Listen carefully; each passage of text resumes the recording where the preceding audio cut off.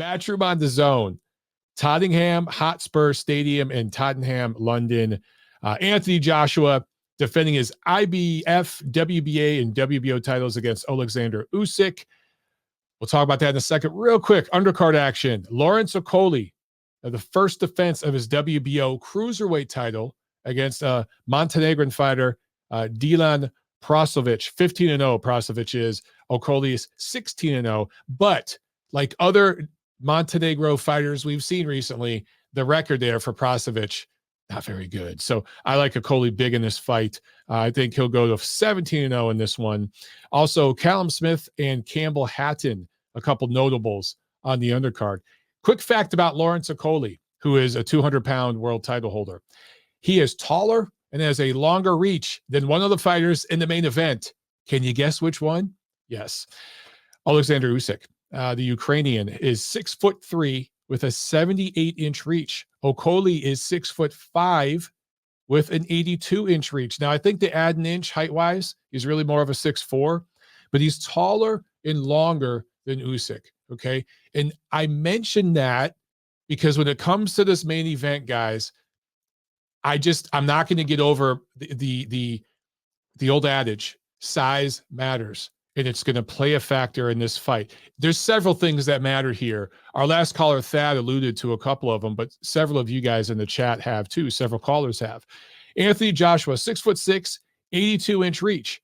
It's crazy to me that AJ and Okolie have the same reach. It's crazy. And about 50 pounds separate them naturally. Anyway, Joshua, 6'6", 82-inch reach.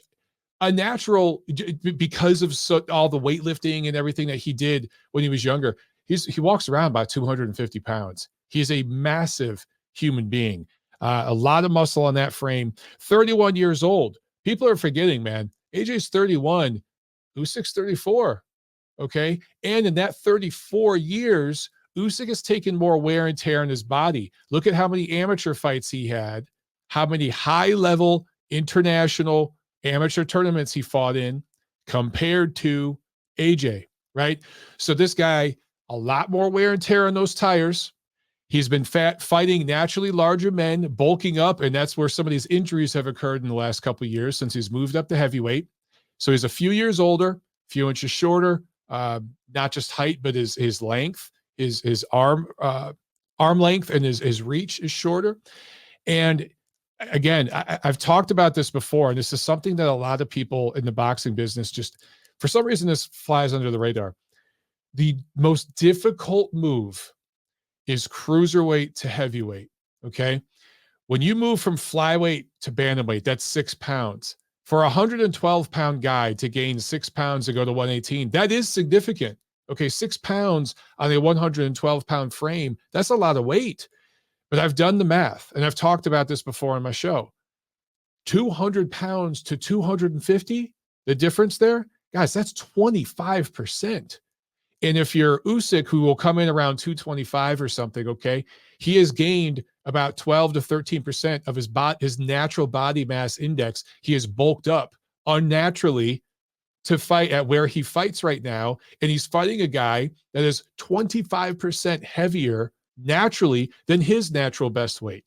Those are significant numbers.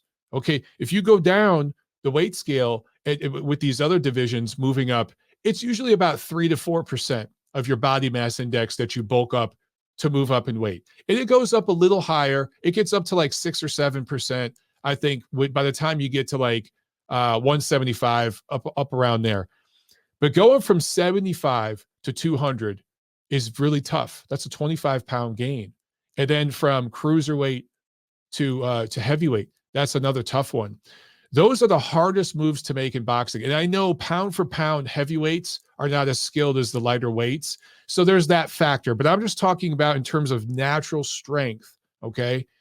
And that's why I got so much respect. You know, one guy who really, a couple guys that fall under the radar, Chris Bird, just does not get enough respect. He is criminally underrated for the amount of weight that guy put on and fought both Klitschko brothers. He fought Vlad twice, you know, in their primes. I mean, that dude does not get the credit he deserves. But another one, Tomas Adamek. This guy had a title at 175 before he became the undisputed cruiserweight champion and then moves up to heavyweight and fought Vitaly Klitschko. Those guys, and there's a couple more I could name, but those two guys stand out in my mind. They do not get enough credit. For Usyk, I just think the size difference is too much of a factor here. Also, there is the business of boxing thing here that Thad alluded to, and again, several of you guys have. We've just seen it too much in recent times, and I'm not going to sit here and dump all over this. This has nothing to do with UK boxing or specifically matchroom boxing. This is a global thing in the sport, okay?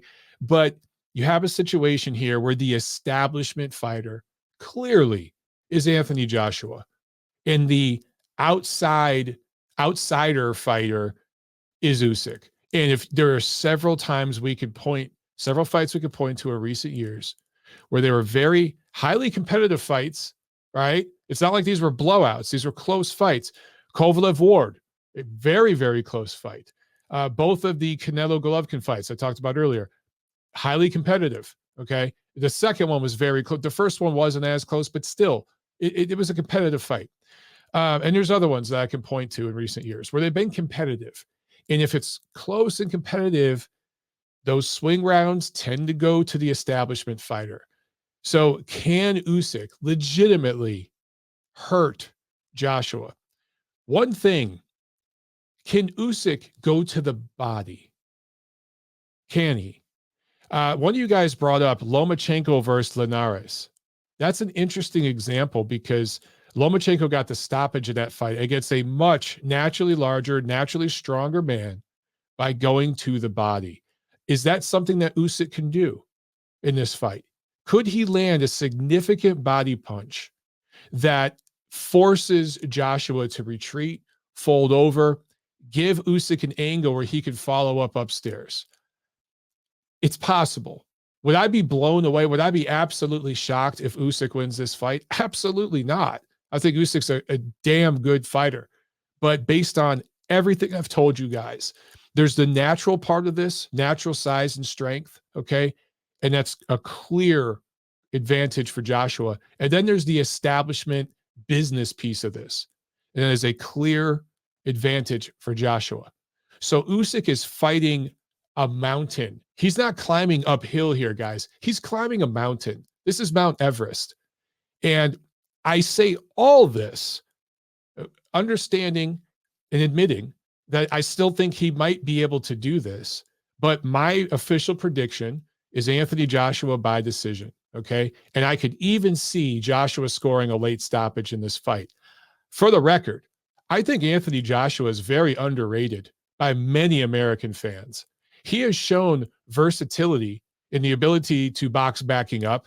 He has shown some quality mid-range inside fighting tactics. He's not great on the inside. I'm not trying to say that, but he's better than a lot of heavyweights on the inside. And he can push you off and land that right uppercut. If he can get inside on you, move you where he wants you, push off with the left forearm and sneak that uppercut in, he's going to score with that punch in this fight. Now, if he sits back and tries to just jab, right hand, yeah, Usyk can chop him up.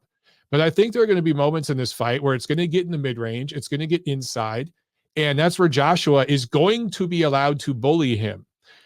Those of you who have been around for a while, you probably saw when Ricky Hatton fought Kostya Tszyu. That was in England, okay? Similarities in that matchup to this matchup. Several similarities I could point to, where you had a fighter of Eastern European heritage fighting a very popular British fighter in the UK, right? And Hatton fought very dirty in that fight. And I'm not taking anything away from him, but very, very dirty in that fight.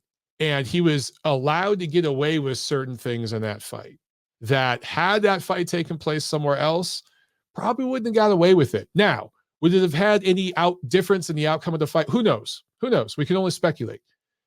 But there may be a moment in this fight. If I had to guess, if I had to predict, there's going to be a moment somewhere in this fight where there's some roughhouse tactics. There's something nasty going on the inside. There's pushing, shoving, forearm, something that changes the dynamic of the fight that fans will be upset about. I just feel that kind of thing happening. Perhaps it's the ref, as Thad alluded to, taking a point from Usyk undeservingly, or getting too involved, right? When he's having a moment, getting too involved. Maybe he does land a good body shot, and the ref jumps in and says, that's a borderline low shot, keep him up, right? And halts the momentum, something like that.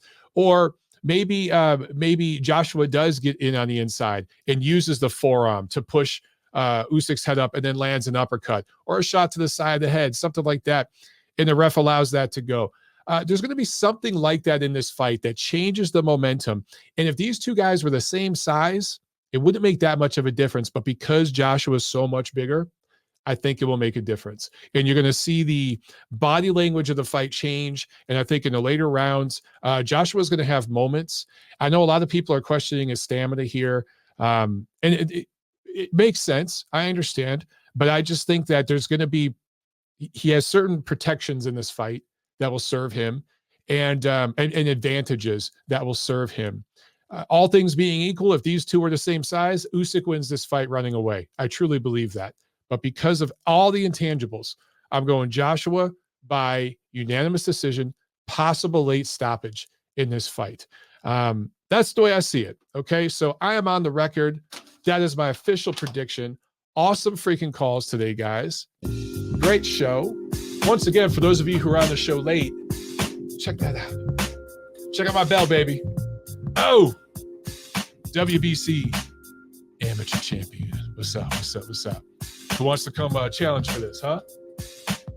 Only if I'm getting them $1 trillion, baby.